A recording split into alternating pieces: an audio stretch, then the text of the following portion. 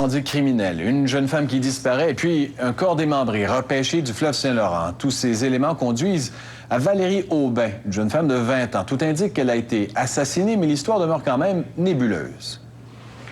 Un logement incendié, examiné de nouveau par les policiers.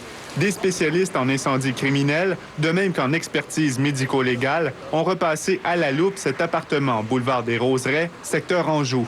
Mercredi dernier, il y a eu ici vol et incendie criminel, mais incendie mineur, selon les voisins. Attends un peu, les pompiers m'ont réveillé, oui.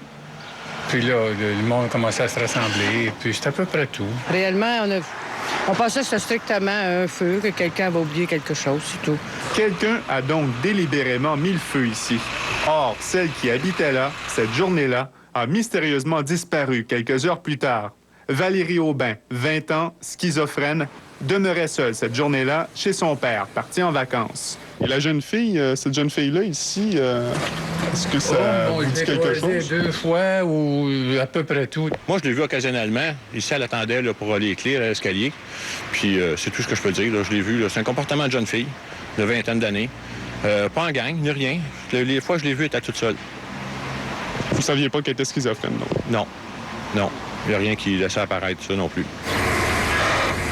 Et voilà que tout indique que c'est bel et bien le corps de la jeune femme qui a été repêché dimanche soir dans le fleuve Saint-Laurent. Un corps dépecé, camouflé dans un sac de hockey. Qui a tué cette jeune femme? C'est évidemment la question.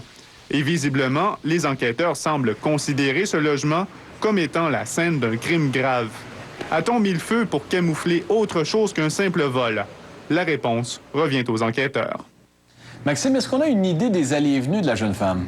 Ce qu'on sait au moment de sa disparition, Richard, c'est que les policiers, dans la fiche signalétique, nous mentionnaient que Valérie Aubin avait l'habitude de fréquenter 2 bars précisément au centre-ville de Montréal, les Faufounes électriques et l'Ex. A-t-elle fait une rencontre avec quelqu'un qu'elle connaissait ou un inconnu? Ça demeure mystérieux. Est-ce que la schizophrénie, donc sa maladie, pourrait avoir un lien avec sa disparition? Ça aussi, c'est pas clair.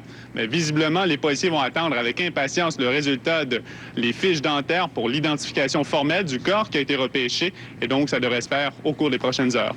Merci, Maxime. Au revoir. Au revoir. Les rencontres sur Internet tournent parfois mal, très mal. C'est peut-être le cas d'une mère de famille de Chambly qui est portée disparue depuis jeudi dernier. Sa voiture a été retrouvée à Québec, à 2 km de chez l'homme qu'elle venait de visiter. Cet homme, elle l'avait rencontré sur Internet. La disparition de Lynn Massicotte est un véritable mystère, tant pour la police que pour ses proches. C'est la première fois qu'elle partait aussi loin comme ça seule, mais on est de très bonnes complices. Elle ne serait pas partie sans me le dire. C'est une dame qui avait une vie rangée, une dame qui était tranquille, qui faisait garder ses enfants lorsqu'elle quittait, qu'elle donnait toujours des nouvelles.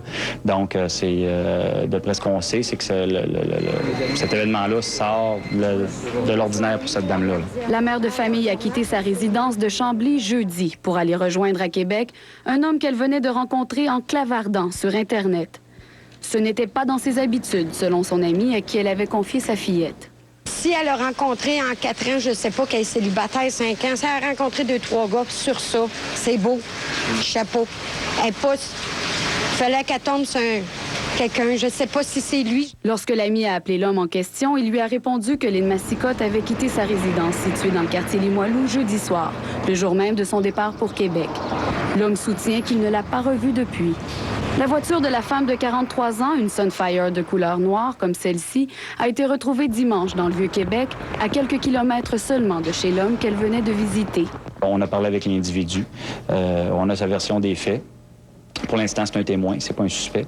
Et en plus, la voiture va être soumise à des expertises pour que la voiture nous parle aussi, pour essayer de savoir qu'est-ce qu'on peut en tirer de cette voiture-là, qu'est-ce qu'elle peut nous apprendre de plus. De plus, la police de Québec compte bien sur les informations du public pour faire avancer l'enquête.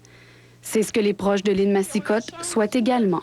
Si vous la voyez ou vous voyez quelque chose d'anormal dans le secteur, un fond de poubelle, on aimerait au moins la retrouver. C'est tout ce qu'on demande. Merci. Sophie Bérubé, TVA, Québec.